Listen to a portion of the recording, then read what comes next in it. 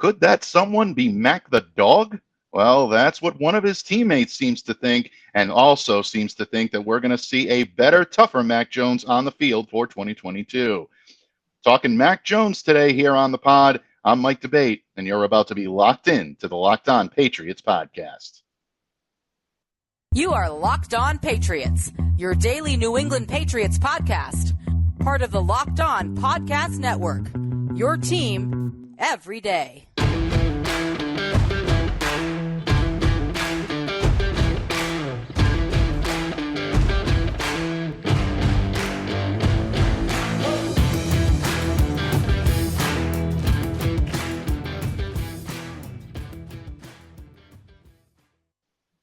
Hello to all of you Foxborough faithful, and thank you once again for making Locked On Patriots a daily part of your New England Patriots coverage.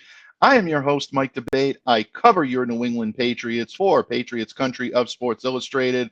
I am also your host of the Locked On Patriots podcast, which, of course, is a proud part of the Locked On Podcast Network, your team every day.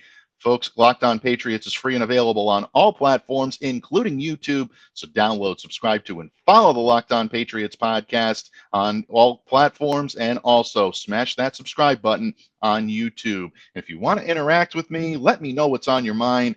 Drop me a line on Twitter at MDABATENFL. And while you're out there showing some love to the Twitterverse, please be sure to follow the Locked On Patriots account as well at LO_Patriots. Pats fans, as I said to open the show today, we're going to be talking a lot about Mac Jones and recent comments by tight end Jonnu Smith. The Mac's got a little dog in him. Well, he meant that in a good way, folks. And actually, it means good things on the field for the New England Patriots. And yours truly was in Foxborough for OTA and minicamp. Starting to see that a little bit, and I'll talk my observations, but not just my observations, folks, because as you know, today is Wednesday, and that is the day reserved for the esteemed lady of Locked On here on Locked On Patriots. She is a columnist extraordinaire for Pats Propaganda. She is also one of the best podcast hosts out there in Patriots Twitterverse or universe or whatever kind of verse you want to put her in. She holds her own and does an amazing job. She is the Countess of Clare herself, and it's always my honor to welcome her in today to talk Mac Jones, little Jonnu Smith tight endage, and even a little Cole Strange, the esteemed ClazzyClare Cooper. Claire, thank you so much for joining me from across the pond today. Oh, no, thank you. The pleasure is all mine, Michael. Well, I don't know about that. It's definitely my honor, my privilege to share the microphone with you each and every Wednesday. It always gets better and better here, Claire, when we join each other on the microphone. And today is no shortage of topics to talk about. As I said, we're going to get into Mac a little bit. We're even going to talk a little tight endage alongside it because, as you know, folks, we're contractually obligated to do some tight endage talk when Claire joins us. So no matter what the topic, we got to inject a little in there. But we're going to talk another one of your favorite subjects in Patriots lore, Claire, and that is offensive line.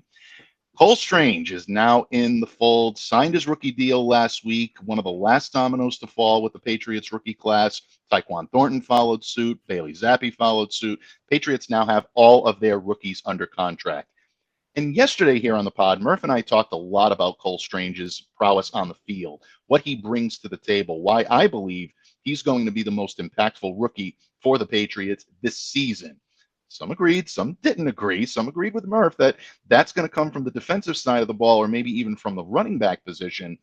But I think the fact that Cole is being groomed for the starting position means he's ready to make an impact right away. Well, I don't think the impact that Cole Strange has on the Patriots on the field is going to be his only impact.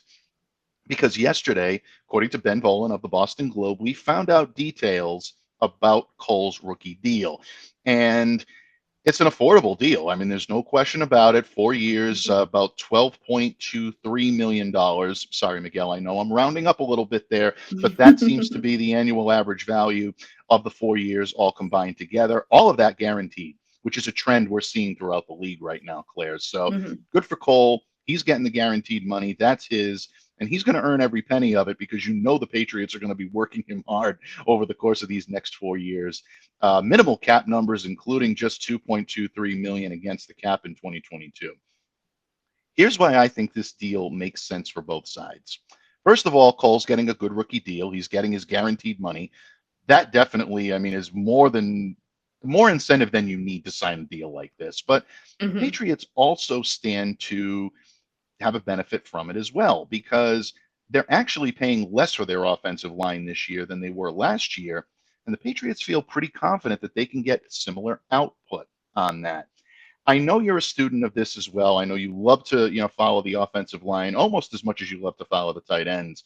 When you took a look at this contract, what were your thoughts on Cole signing it, and what were your thoughts on the way this is structured? Do you believe that there is some additional benefit to the New England Patriots other than just signing a lineman to a rookie deal now?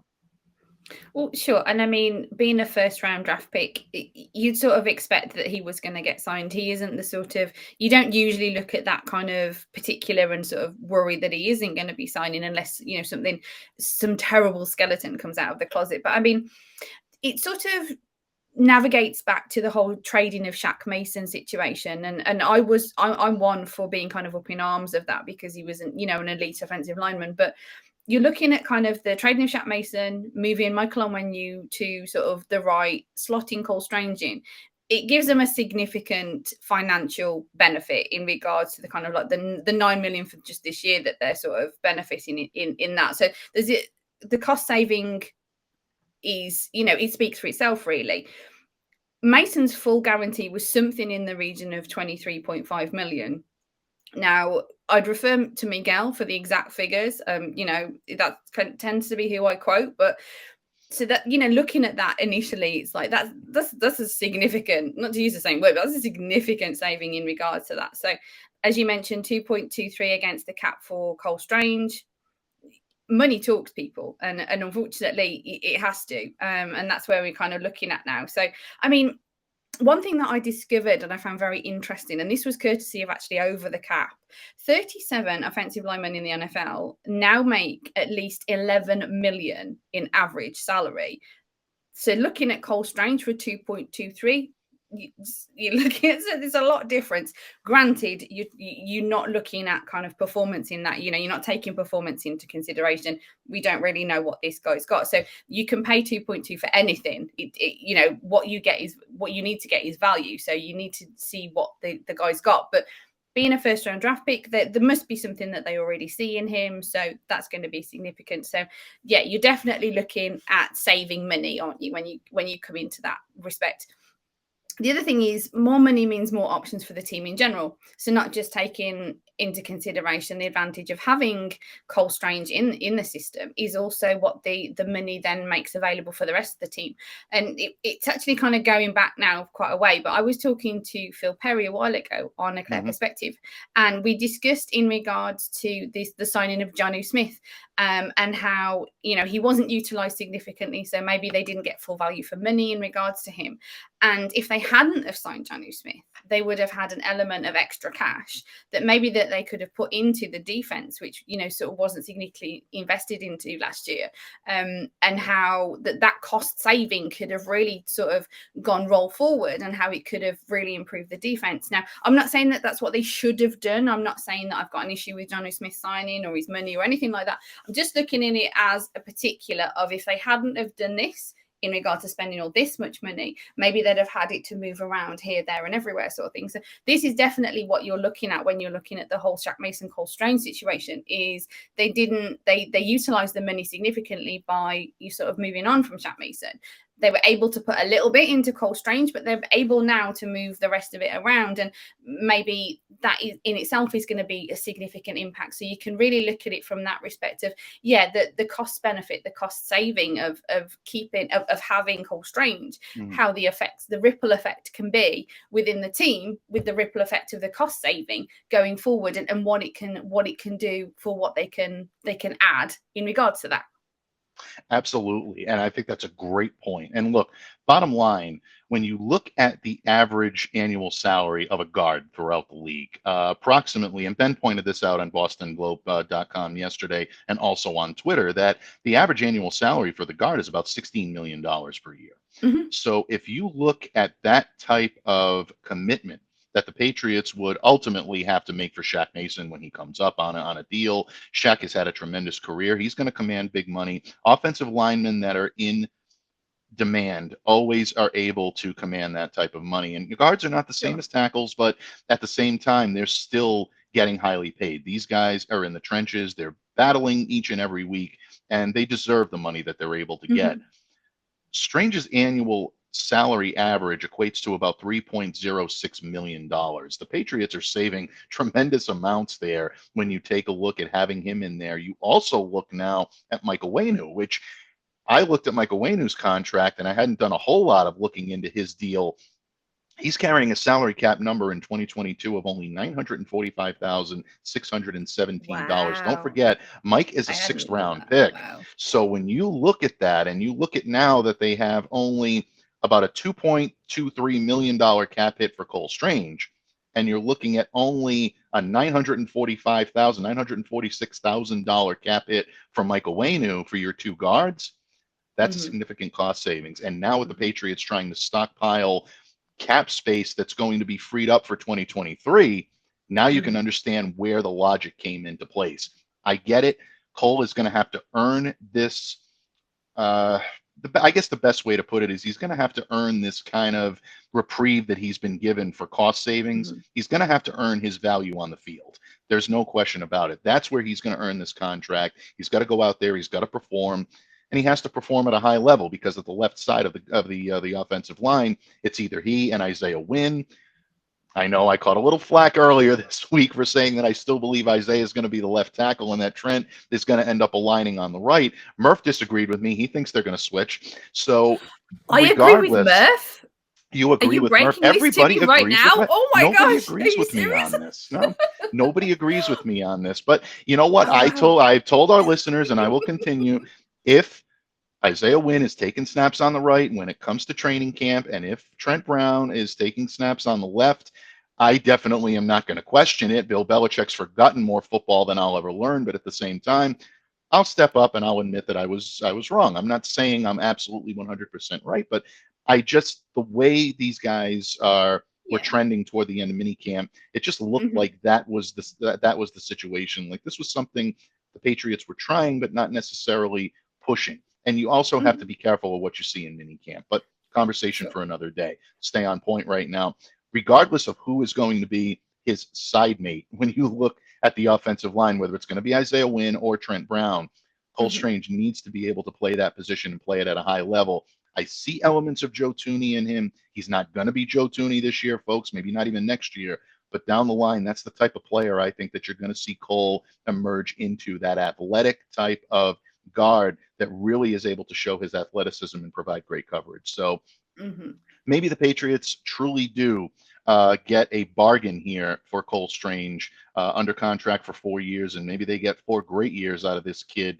We'll see. It all begins in training camp, folks, in just a couple of weeks. And the one thing that Cole Strange is going to have to do better than he's ever done in the past is protect an NFL quarterback. It's a little bit of a different game when you're trying to protect a quarterback at the NFL level, Claire. And apparently, the quarterback that he'll be protecting, our very own Mac Jones, may have a little extra added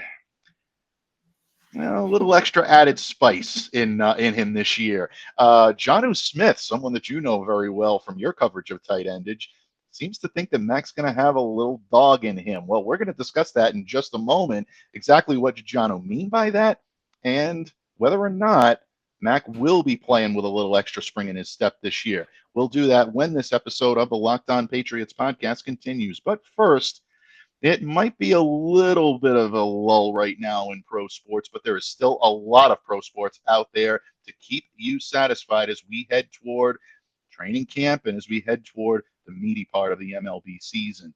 If you want to maximize your sports watching and maybe make a little on it, then you need to visit our friends at betonline.net. They are your number one source for all of your sports betting needs and information. Find all of the latest sports developments and league reviews at BetOnline because they're your continued source for all of your sports wagering information, including live betting, esports, and scores. BetOnline remains the best spot for all of your sports scores, podcasts, news, and everything else related this season. They are the fastest and easiest way to check on all of your favorite sports and events, including MMA, boxing, and golf. Head over to the website today or use your mobile device to learn more about the trends and the action. BetOnline, where the game starts. Patriots fans, the illustrious Clare, ClazzyClare Cooper of Pat's Propaganda and A Clare Perspective, a Patriots podcast, joins me here today for her weekly appearance on Locked On Patriots. And Claire, we always seem to gravitate toward quarterback talk, even when you're on and we discuss all of the great tight endage coverage that you provide. It always ends up coming down to the signal caller one way or another. It's just the nature of our business. It's the way things work. And Mac Jones this week came under the microscope in a good way when someone who you cover extensively, maybe not as extensively as Hunter Henry, but Jonnu Smith appeared on Good Morning Football this week. And he talked a little bit about his own journey and how he feels that he's ready to make that next step into the Patriots offense this year, really ingratiate himself. But he had some great things to say about his quarterback. And you'll love seeing it if you're a Patriots fan, because you want to see tight ends, wide receivers, running backs, offensive linemen. You all want to see them on the same page and have a good amount of respect for your quarterback, and that's Mac Jones. Jonnu said something very interesting about Mac, and I'm going to read his quote verbatim because I thought it was very poignant of the way I think the fan base sees him, maybe the way people nationally see him. But most importantly, you got a little insight about how his teammates see him. And that, to me, is ultimately what's going to determine his success. Jonnu says, and I'm quoting, honestly, just the way he can turn it on. Mac is probably one of the goofiest guys in the locker room, to be honest.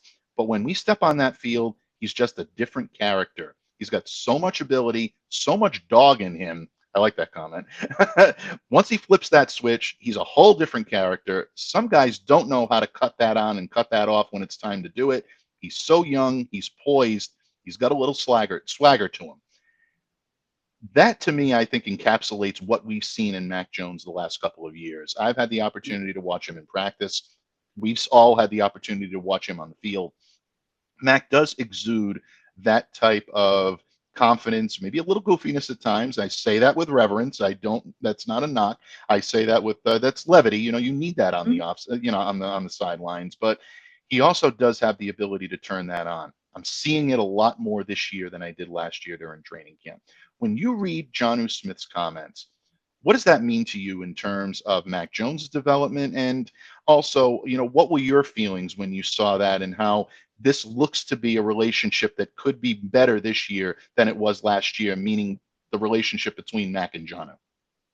Well, that right there, that comment that you've just made, I feel is quite significant, because I do sort of feel that last season, obviously you only see what you can see on the field. We only see what's reported. You don't even get a lot of sideline sort of visuals, if you like. But it became to an obviousness to a degree that there wasn't a major connection between Mac and Jonnu. Now, the reasons and the implications for that were going to be quite many, because it could have been anything from the lack of his time in training camp at the initial start of the season to the play calling by Josh McDaniels. There's a rainbow of different reasons sort of why we didn't see the sort of the bonding that we saw between Mac and Hunter Henry. And it comes down to the different people as well. So there's always the multitude of those reasons. But to see those kind of things, to see a relationship evolving a little bit more, a connection being created a little bit more, it just sort of makes you sort of see the team as coming together that little bit more under Mac Jones. He's out of his rookie first year. He's still not going to be, he's not a veteran still. He's still a very young guy in a complex organization, leading a team that was led by the greatest quarterback of all time for such a long period of time. That is another thing that you kind of got to look at in perspective is Mac Jones is a young quarterback. As Jonnu said, he's a young guy. Mm-hmm. He's only in his second year in the NFL, and he's captaining. And when I say captain, I mean kind of more of the metaphorical than like a literal perspective. Mm-hmm. A team that has been, a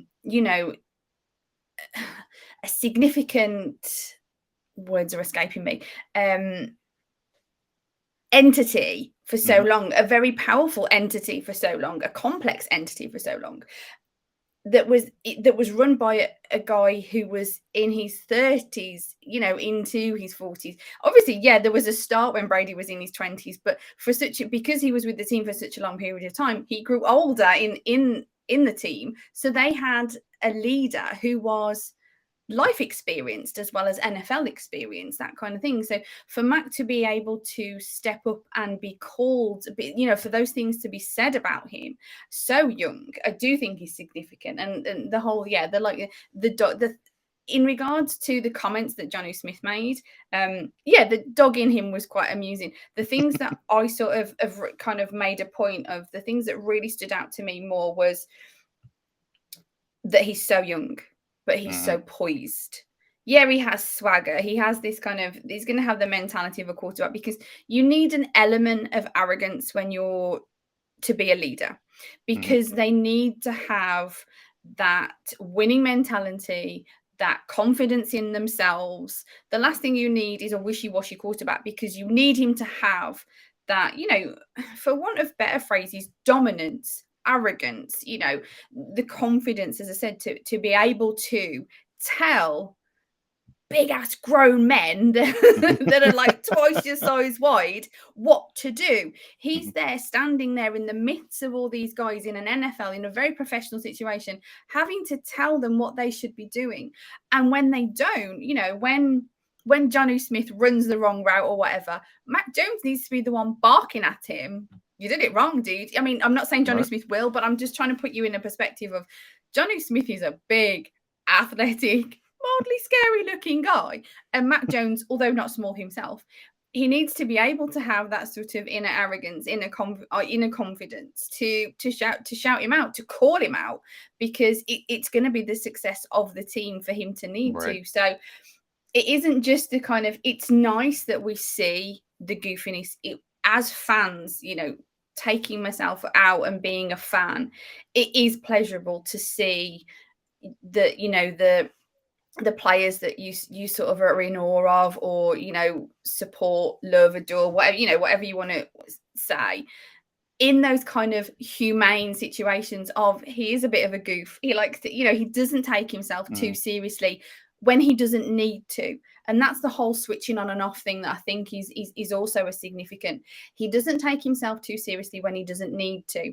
He comments in interviews that he loves ice cream and his girlfriend's trying to get him to not eat stuff like that. And you see that humane side of him, because he is, at the end of the day, he's a guy who plays a sport, and it's lovely that you still see that.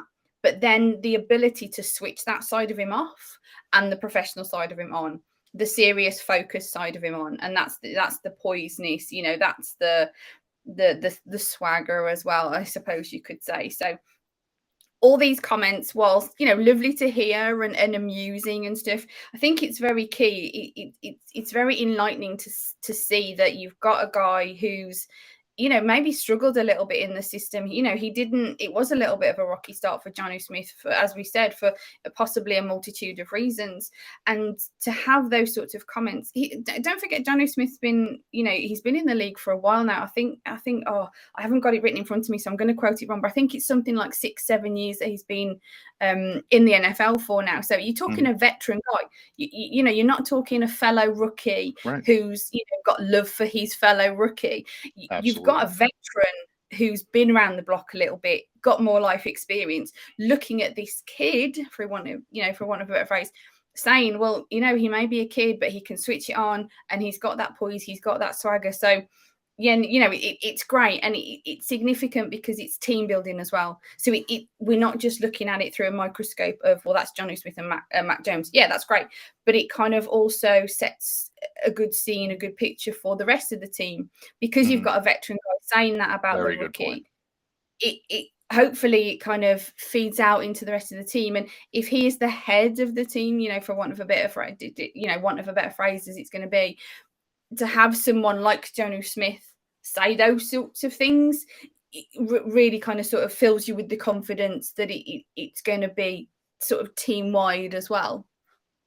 Absolutely. Very, very well said. And For all intents and purposes, Jonnu's comments were they were amusing. I, cracked up, and I even Of said that I course. like the Yeah. dog comment. I always like that because it shows camaraderie. And I think it's important for Mac and Jonnu to get on the same page and have that type of relationship because everybody, including the two of us, have talked a lot about his relationship with Hunter Henry and how that is a very close relationship. The two of them Yeah. know what each other is going to do. That type of relationship is very important from a quarterback and a pass catcher. And if Jonnu can get on the same page with Mac this year, I think that shows it well. So kudos to Jonnu for going on and really kind of talking up his quarterback a little bit. You love seeing it. And it only cements the point home that these guys in the locker room like each other and they're going to play hard for each other.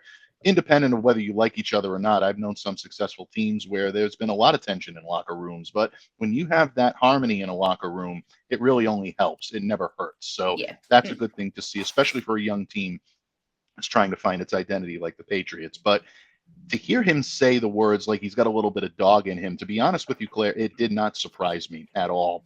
Right after Mac was drafted, right before training camp last year, actually right around this time last year, I had the good fortune to talk to Christopher Walsh, who writes for SI's Bama Central. And he covered Mac throughout his entire career at Alabama. And the first thing that he said to me was, he said, this kid is the ultimate Patriot. He says that the Patriots really nailed it. They got a guy that gets it before he even walks in the door. And naturally, I wanted to pick his brain on that a little bit and find out what he meant by that. Well, he said, well, first of all, watch him during the workouts. He's a planner. He's deliberate.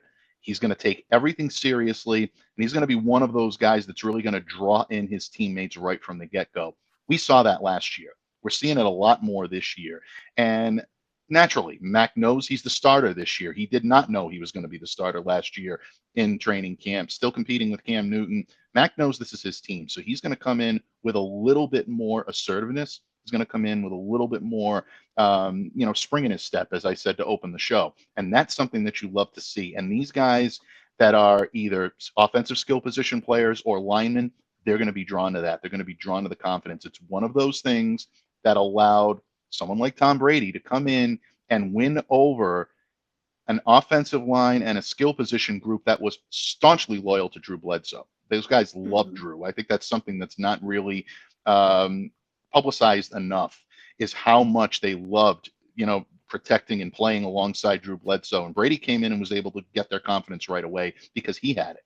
And he knew that if he showed them that he was going to give everything of himself out there on the field every single day, that's infectious. That's something that the teammates are going to do. And that's exactly what we're seeing Mac do. And you see him be more assertive on the field in practice. The other is being able to take the shots and be able to come back. Now, we saw that a little bit last year on the field, but something Christopher told me about Mac Jones in practice, there was an off-season workout in Alabama during, I believe it was either the junior or senior year. I apologize to Christopher. I'm not sure. I think it might have been going into his senior year, where Mac just absolutely got drilled in practice inadvertently. They weren't trying to. They were going through the progression, and I guess just something happened where Mac just took a pretty decent shot, popped right back up, bloody nose all. He comes right back in the huddle, and he's like, all right, let's go. Nothing to that effect. Nothing like, oh my God, you just hit me. What's going on? Nothing to that effect. Mac just used it as fuel. His teammates, and Christopher said it, he says you could look around and you could see his teammates looking at each other like, wow, this is a guy we want to follow. This is a tough kid. And that's the type of toughness you want to see in your quarterback. So when Jonnu says he's got a little dog in him, I thought of this story right away. And I can picture Mac, being able to win over his teammates. Now, thankfully, folks, we haven't seen anything like that happen in Foxborough yet. Haven't seen Mac take a bad shot in practice. Hopefully, we won't do that. But that's just the type of guy that he is. He's not going to let anything rattle him. He'll take the hits and he'll keep coming back. And to me, I think that is what Jonnu was trying to encapsulate when he said that. And I think it only spells good things for the New England Patriots this season. And I'm looking forward to seeing that little extra dog that Mac has got in him, because I think it's going to translate to something better than what we saw last year, and maybe give our friends up north in Western New York a little something to bark at during the season, which I'm always for, folks.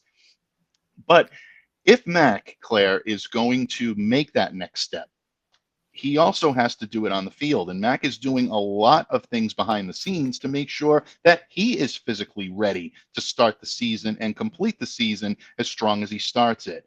How is he doing that? And will Mac be better on the field this year than he was last season?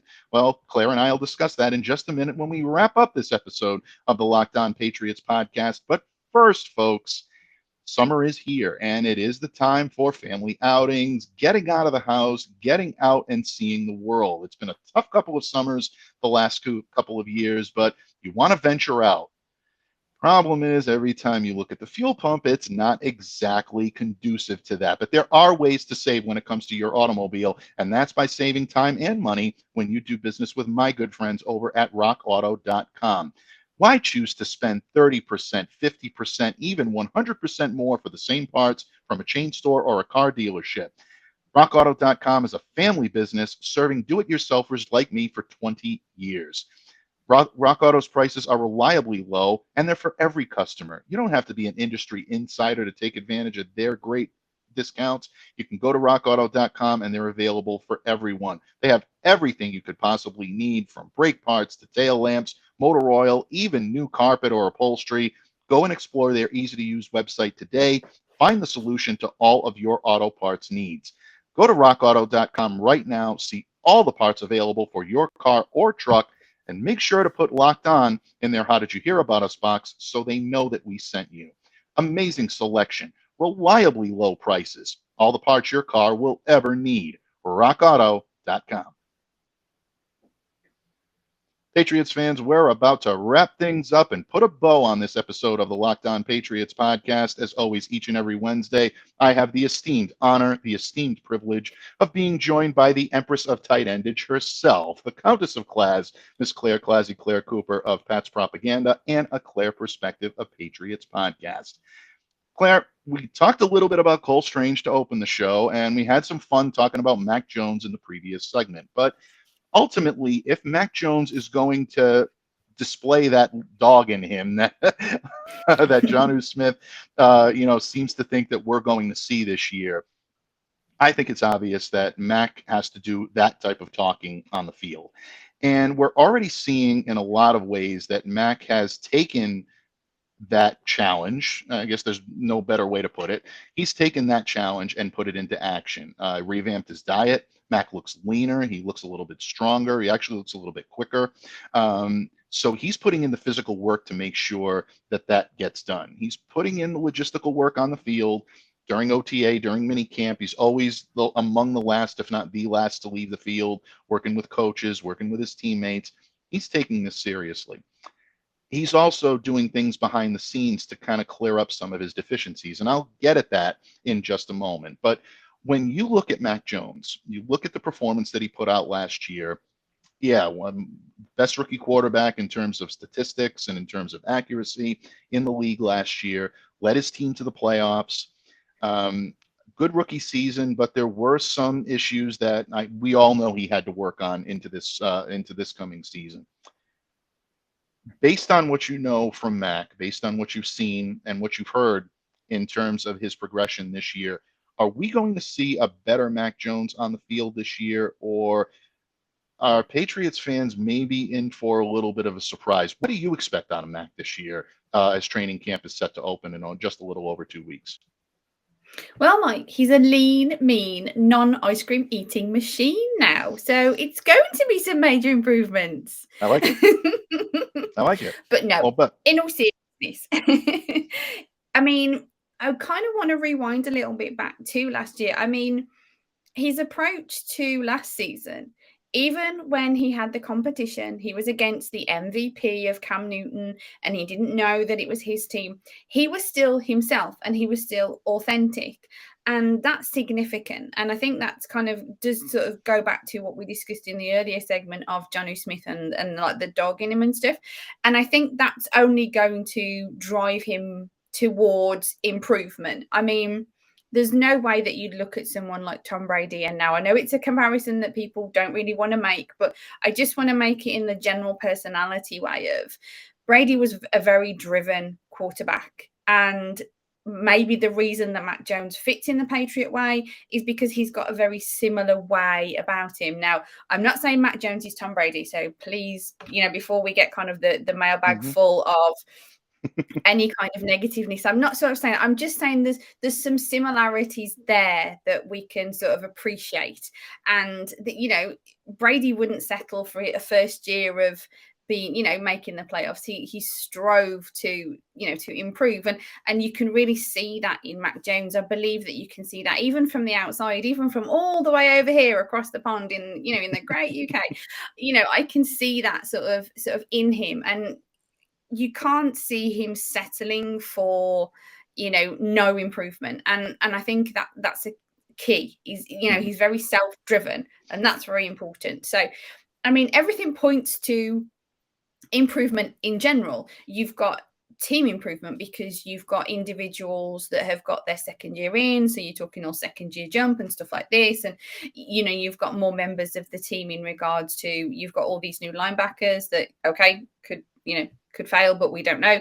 So you've got the elements of, they managed to make it to the playoffs last season, and there's new elements and there's new improvements. So you would sort of anticipate that that's where they're going to be at least this year. Now, it could all go to heck, and I could be completely wrong. But when you look at Mac Jones in a vacuum as the quarterback, you can't really see any indication of, as you said, all the work that he's been doing, the way that he has been in the off season, and we aren't even at training camp yet. So you've got to put that in perspective. We haven't even got there yet, and he's still looking at ways of making improvements to himself, which is only going to then reflect out into sort of the way he is with the team and the way he pulls it together. Because as we mentioned in the previous segment, he is the leader of this team, and he is stepping up and being a leader of this team. And as we said, veterans like Jonnu Smith are commenting on that. So we're being told it already. You can almost say we're already being told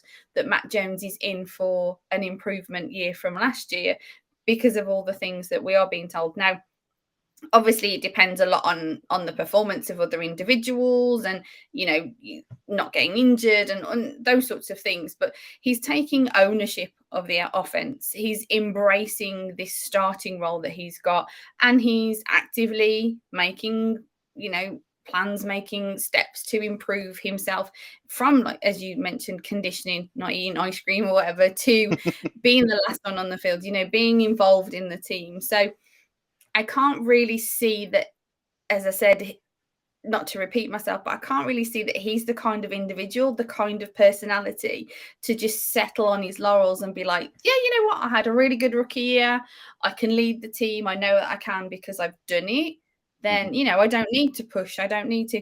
And besides, if he was that sort of individual, I don't really think he'd still be here, because that's not the Patriots way, shall we say. Right. So I definitely sort of see some improvement. Now, there's lots of unknowns in regards to the rest of the team. So he can, just because Mac has it kind of in the mindset ready, the dog with the bone, ready to make the improvements, ready to take the team. I'm just trying to get as many cliches in here as I can possibly.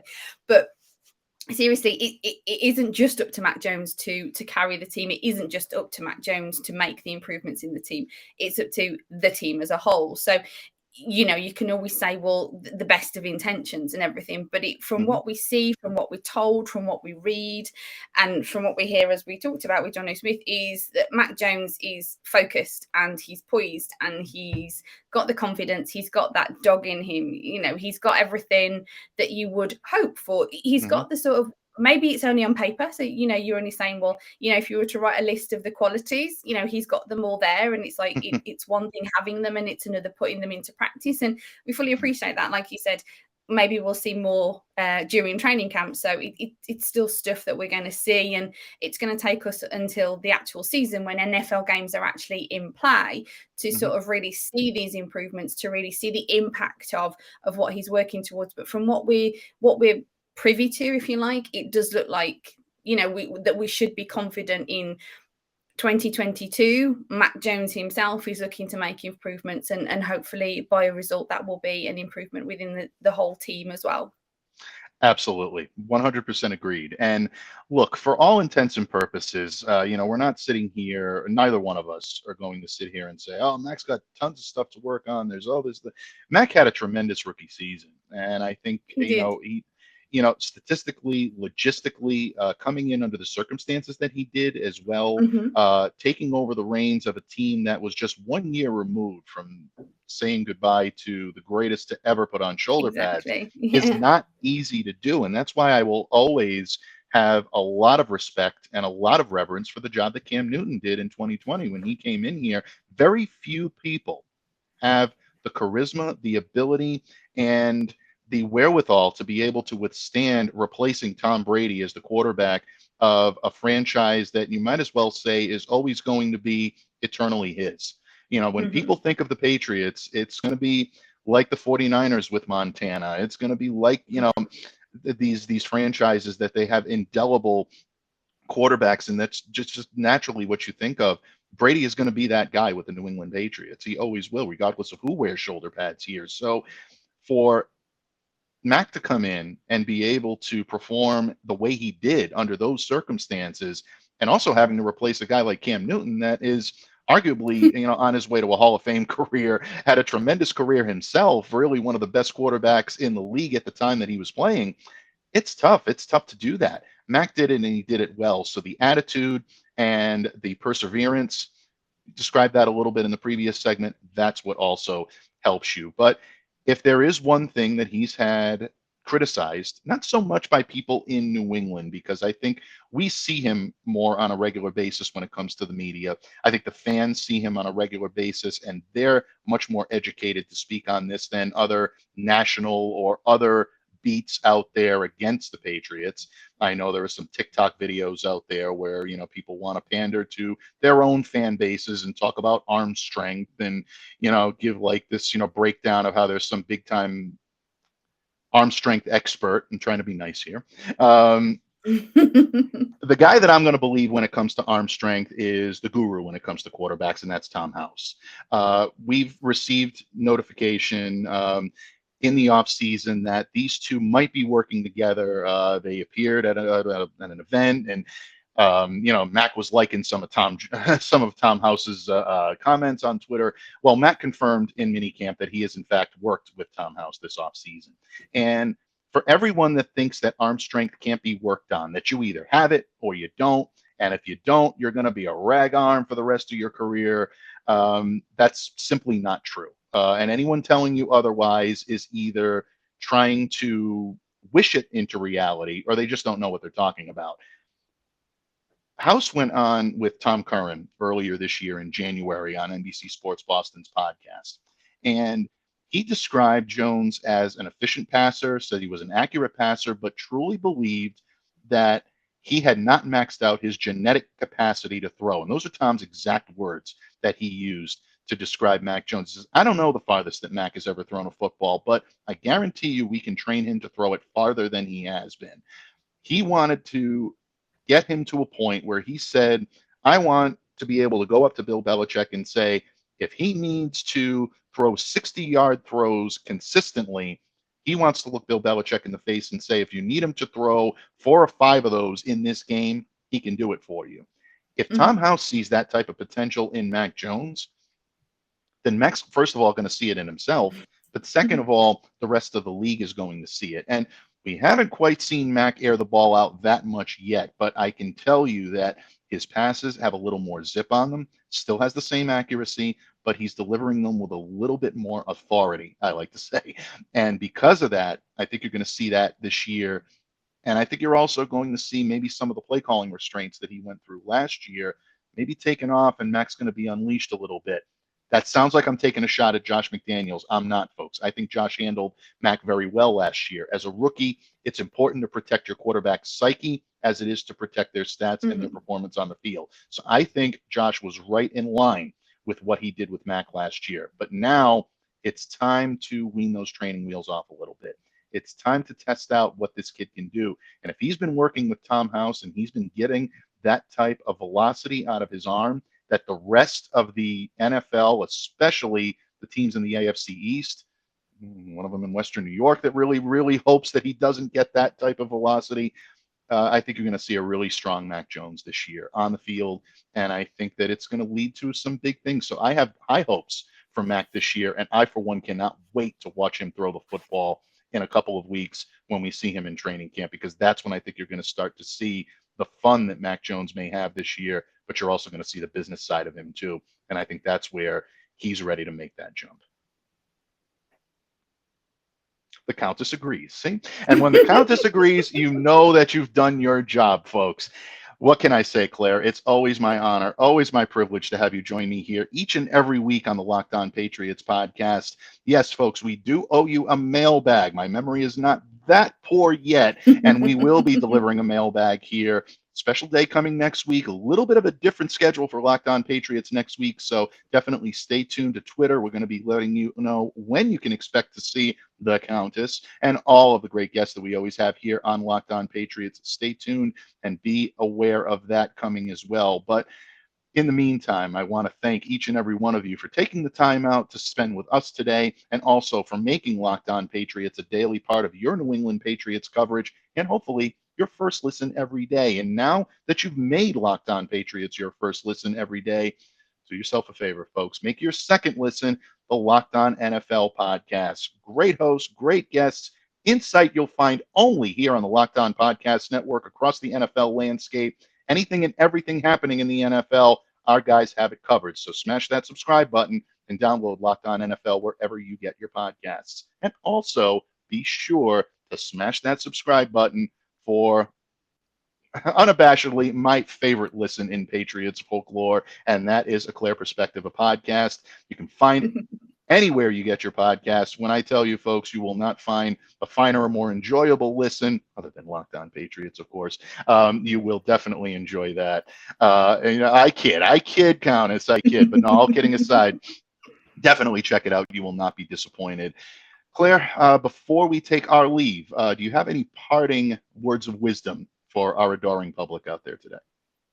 Well, when you said you asked me to agree, and I was just like nodding because I didn't realize you actually wanted me to comment. So for those of you listening on podcast, I was just nodding in agreement. So my apologies, but it's because I'm mildly distracted myself with the fact that I can imagine that come training camp, the opening bars of "Who Let the Dogs Out" might actually be playing at Foxborough now. So I just mildly distracted myself while I was on camera. So let's look out for that. So I'm looking forward to hopefully hearing that then. The great Mike Reese of ESPN is always our playlist guru when it comes to training camp and practice playlists. So I'm sure Mike is going to capture that if it's played, and he'll tweet that out, and I'll make sure that he shouts you out, Claire, because I know he loves to shout out Claire when it comes to tight endage. But if he knows you have an affinity for that song, he'll have a special ear out for that as well. Folks, again, we will be back here next week. The Countess will be back here again next week. We will indeed employ a mailbag for all of your tight endage questions and all of your positional preview questions. So get those in and make sure that we will get those to those next week here on Locked On Patriots. In the meantime, please continue to stay safe, stay well, always be the change you wish to see in the world. Have a great day, everyone, and thank you once again for all of your great support of the Locked On Patriots podcast.